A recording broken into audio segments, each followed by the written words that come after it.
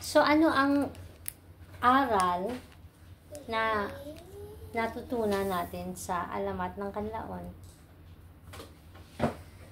May aral related sa Kanlaon is sometimes we also can believe. Okay. Pwede mo bang ipaliwanag yan in Filipino, please? Kasi, si Kanlaon, sinabi niya na kaya daw niya i-save yung people from the dragon.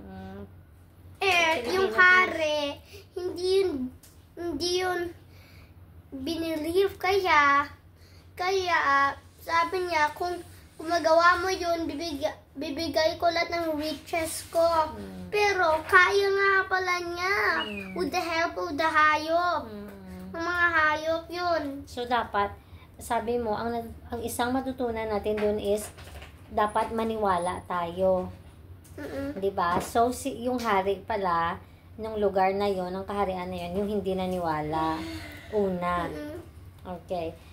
Okay. Diba merong merong kailangang i-offer, i-alay doon sa dragon. At, kaya ang i-aalay na ngayon ay yung daughter, yung anak ng hari.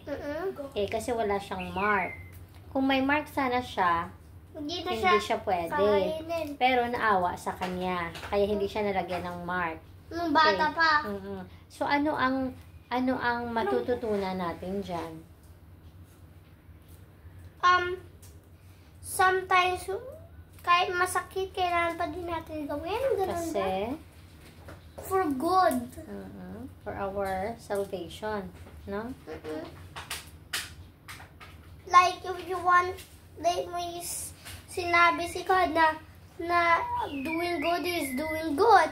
May nanakawan, tapos kayang-kaya mo yun ibalik. Siyempre, gagawin mo yun kasi you have a great prize in heaven. And saka, pero first, i-assess mo yun. I-assess mo kung kaya mo talunan ang nagnakaw.